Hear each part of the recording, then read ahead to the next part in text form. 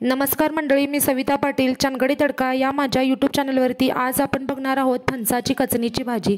आता कचनीची भाजी म्हणजे फणस कचवून त्याची केलेली भाजी म्हणजे कचनीची भाजी। तर आमच्या चंदगडमध्ये सार्वजनिक कार्यक्रमामध्ये वगैरे ही भाजी केली जायची, पण आता याचं प्रमाण थोडं कमी झाले। तर आजच्या या भागात आपण फणस कसा कचवायचा आणि त्याची भाजी कशी बनवायची ते बघणार आहोत। हे तर बघणारच आहोत, पण तुम्ही अजून माझ्या चॅनलला सबस्क्राइब केलेलं नसेल तर माझ्या चॅनल समोरील बेल आयकॉन दाबा आणि चॅनलला सबस्क्राइब करा। चला तर मग रेसिपीला या सुरुवात करूयात आणि सगळ्यात आधी फणस कसा कचवायचा ते बघूयात। तर फणस कचवण्यासाठी इथे मी मीडियम आकारचा एक फणस घेतलेला आहे। तर फणस कचवायसाठी आईने घेतलेला आहे, मला काही एवढं जमत नाही त्याच्यामुळे मी आईकडून फणस कचवून घेतलेला आहे। तर फणस घेतलेला आहे आणि त्याच्यामध्ये एक अशी बांबूची काठी जी आहे ती वरच्या देठाच्या साईडला खोचून घेतलेली आहे, म्हणजे फणस पकडायला काय होईल सोपा जाईल। त्याच्यानंतर ह्या फणसावरच्या पूर्ण साली कोयता किंवा विळा असतो त्याच्या सहाय्याने आपल्याला काढून घ्यायच्या आहेत। तर पाहू शकता अशा प्रकारे या फणसाच्या पूर्ण साली आपल्याला काढून घ्यायच्या आहेत। तर फणसाच्या पूर्ण साली काढून झाल्या की त्याच्यावरचा जो चीक असतो फणसाचा तो पूर्ण आपल्याला पुसून घ्यायचा आहे। तर अशा प्रकारे फणसाची एक छोटी साल घेऊन आईनं त्याच्यावरचा पूर्ण चीक पुसून घेतलेला आहे। चीक पूर्णपणे व्यवस्थित पुसून घ्या। त्याच्यानंतर हा फणस एका सुपामध्ये घेतलेला आहे, तुम्ही पेपर किंवा कागदावरती घेतला तरी पण चालेल। आणि असे फणसाला विळ्याच्या किंवा कोयत्याच्या सहाय्याने कच पाडून त्याची भाजी बारीक करून घ्यायची आहे। ही जी पद्धत आहे याला फणस कचवणे असं म्हणतात। याचा शॉर्ट देखील मी यूट्यूबवरती अपलोड केलेला आहे, तो सुद्धा नक्की बघा। तर अशा प्रकारे ही भाजी कचवून बारीक केली जाते। सध्या या भाजीचं प्रमाण कमी झालेलं आहे, कारण कचवायला थोडा वेळ लागल्याने ही भाजी करायला कोण जास्त तयार होत नाही। तर अशा प्रकारे हा फणस पूर्ण आडवे उभे काप कापून कचवून घ्यायचा आहे। तर पाहू शकताय आईनं छान बारीक असा फणस मला कचवून दिलेला आहे। त्याच्यानंतर अशा प्रकारे कचवलेला फणस कापून सुद्धा घ्यायचा आहे।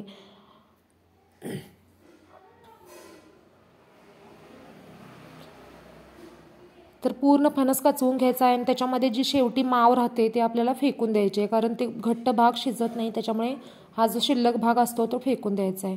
लहान मुलांना कुतूहल असते ते बघण्यासाठी बाजूनं बसलेली होती आणि फणसाची भाजी कचवून झालेली आहे। त्याच्यानंतर त्याच्यामध्ये जर काही मोठे पीसेस असतील भाजीचे तर ते सुद्धा खुरप्याच्या सहाय्याने मी बारीक करून घेतलेले आहेत आणि आपली ही जी फणस होता तो कचवून तयार झालेला आहे। आता हा फणस भाजी बनवण्यासाठी तयार झालेला आहे, पण भाजी बनवायला जर तुम्हाला वेळ असेल तर काय करायचं आहे, हा फणस एका भांड्यात घेऊन त्याच्यामध्ये पाणी टाकून फणसाची भाजी जी आहे ती पाण्यामध्ये ठेवायची आहे, नाहीतर ही भाजी जी आहे ती काळी पडण्याची शक्यता असते। त्याच्यामुळे भाजी पाण्यात ठेवून द्या आणि जेव्हा तुम्हाला बनवायची आहे तेव्हा थोड्या वेळाने बनवू शकता। त्याच्यानंतर या भाजीत टाकण्यासाठी मी मसूर घेतलेली आहे, एक तासभर भिजवून ठेवलेली होती। आता काय करणार आहे, गॅसवरती ठेवून एक 5 मिनिटांसाठी मी मसूर ही उकळून घेणार आहे मीडियम फ्लेमवरती। पूर्ण शिजवून घ्यायची नाही, पाहू शकता थोडीफार कच्ची ठेवायची आहे मसूर। तर अशा प्रकारे मसूर मी थोडीफार अशी 5 मिनिटं शिजवून घेतलेली आहे। आता ही शिजलेली मसूर बाजूला ठेवायची आहे। आता भाजी बनवण्यासाठी घ्यायची आहे, त्यासाठी मी भाजीमधलं जे पाणी होतं ते पूर्ण निथळून घेतलेलं आहे। तर भाजी बनवतानाच भाजीमधलं पाणी पूर्ण काढून घ्या। त्याच्यानंतर इथं चूल पेटलेली होती, मी चुलीवरतीच एक मोठं भांडं ठेवलेलं आहे। भांडं तापलं की त्याच्यामध्ये एक 7 ते 8 चमचे होईल इतकं तेल टाकलेलं आहे। तेल थोडं जास्त टाकलेलं आहे, फणसाच्या भाजीला तेल थोडं जास्त लागतं। त्याच्यानंतर त्याच्यामध्ये 1 चमचा मोहरी तडतडल्यानंतर 1 चमचा जिरं टाकायचं आहे आणि ताजा कढीपत्त्याची पानं टाकलेली आहेत। हे व्यवस्थित फ्राय झाले की त्याच्यामध्ये एक 15 ते 20 होतील इतक्या लसूण पाकळ्या ठेचून टाकलेल्या आहेत। लसूण पण थोडीफार आपल्याला फ्राय करून घ्यायची आहे। त्याच्यानंतर एक 3 ते 4 बारीक चिरून घेतलेले कांदे घेतलेले होते मी, ते सुद्धा या फोडणीमध्ये टाकलेले आहेत। कांदा टाकून त्याला व्यवस्थित असं परतून घ्यायचं आहे आणि चुलीवर बनवलेल्या भाजीची चव खूप छान लागते, त्याच्यामुळे मी चुलीवर बनवून घेतलेली आहे भाजी। आता याच्यामध्ये चवीनुसार मीठ टाकलेलं आहे।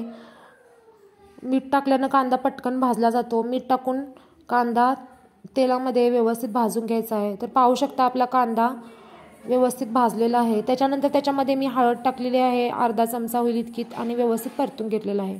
1 चमचा गरम मसाला टाकलेला आहे। तर गरम मसाला टाकून झाल्यानंतर लाल तिखट टाकायचं आहे। तर या भाजीमध्ये मी 3 चमचे होईल इतकं लाल तिखट टाकलेलं आहे। तुम्ही तुमच्या आवडीप्रमाणे तिखटाचे प्रमाण कमी जास्त करू शकता भाजीमध्ये। आता तिखट टाकून परत एकदा फोडणी व्यवस्थित परतून घ्यायची आहे आणि आपण जी भाजी पाण्यामधून निथळून घेतलेली होती ती या फोडणीमध्ये टाकायची आहे। भाजी टाकून व्यवस्थित ती परतून घ्यायची आहे। तर पाहू शकताय मी भाजी इथं व्यवस्थित परतून घेतलेली आहे। आता याच्यावरती झाकण ठेवायचं आहे आणि एकदम मध्यम फ्लेमवरती गॅसवरती किंवा मध्यम जाळावरती ही भाजी आपल्याला वाफवून घ्यायची आहे। पाणी टाकायचं नाही आहे, गरज वाटल्यास 1-2 वेळामध्ये तुम्ही हलवून घेऊ शकता भाजी। तर पाहू शकता 10 मिनटं मी चुलीवरती भाजी शिजवून घेतलेली आहे। जाळ अगदी कमी ठेवायचा आहे आणि एक अर्धवट भाजी आपली शिजलेली आहे। आता काय करायचं आहे, आपण जी अर्धवट मसूर शिजवून घेतलेली होती ती सुद्धा या भाजीमध्ये टाकायची आहे आणि त्याला परत एकदा परतून घ्यायचं आहे। आता भाजी परतून झालेली आहे। आता काय करायचं आहे, परत भाजीवरती झाकण ठेवायचं आहे आणि 10 मिनिटांसाठी आणखीन भाजी वाफवून घ्यायची। तर मसूर अर्धवट कच्ची शिजवूनच भाजी अर्धी शिजल्यानंतर टाका, म्हणजे मसूर जास्त शिजणारही नाही आणि कच्ची सुद्धा राहणार नाही।